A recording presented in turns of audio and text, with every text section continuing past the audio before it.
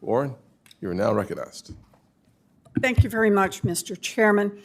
When he ran for president, Donald Trump repeatedly promised to lower costs on day one. Those were his words. But since Trump became president, families have been more financially stressed than ever. Since January, consumer sentiment has plummeted. Since January, household debt and delinquencies continue to climb.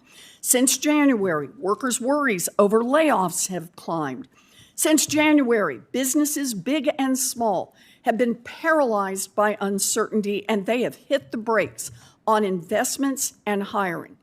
The cause of these problems has been the chaos caused by one person, President Trump.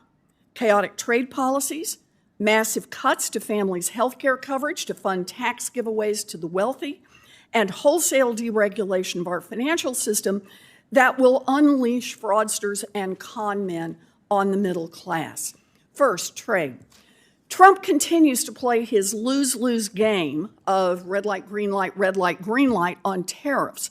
When this administration slaps tariffs on everything from food to clothing to electronics, working families pay the price.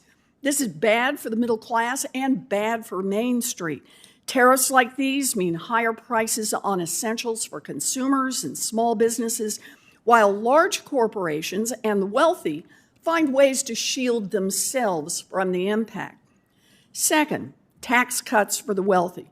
Trump's one big, beautiful bill that Republicans are jamming through Congress represents one of the largest transfers of wealth from working people to millionaires and billionaires in American history.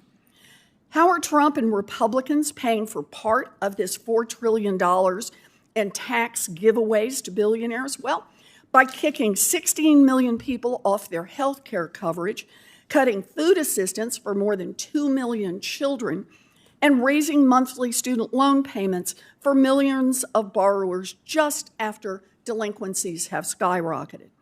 In addition to raising costs for lower and middle class Americans and taking money right out of their pockets, this bill will also choke economic growth. This isn't tax policy, it's economic warfare against the American people. And even when they throw 16 million people off their health care, the Republicans still can't pay for the lavish tax giveaways to billionaires.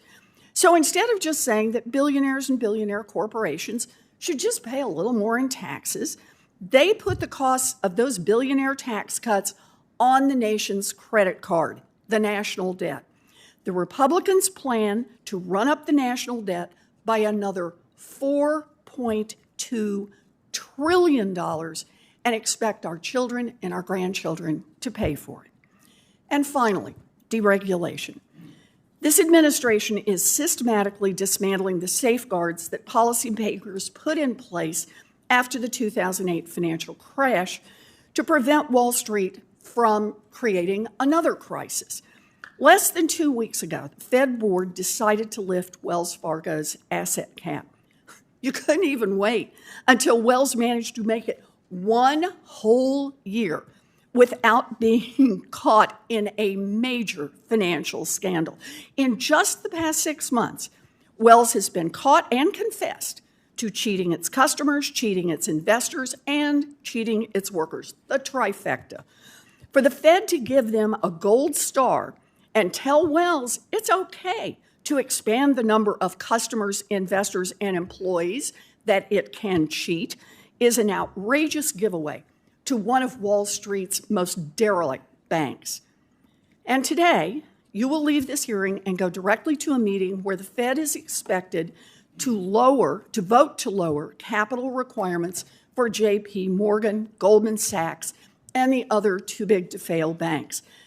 At a time when the economic data are flashing red, these short-sighted changes will increase the likelihood that these mega banks once again tank the economy and then come back here to beg Congress for bailouts when their risky bets go bust.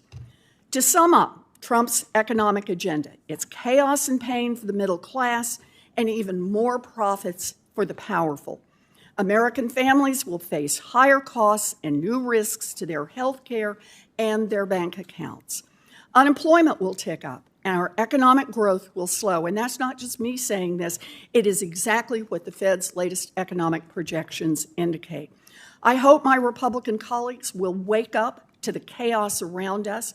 It falls to Congress to stop Trump's trade war and kill this big, ugly bill. And Chair Powell, it falls to you and the Fed board not to pile additional risk onto Trump's existing chaos by dismantling the safeguards that protect American families from another Wall Street meltdown. Thank you, Mr. Chairman. Thank you, Senator Warren. Today we'll hear from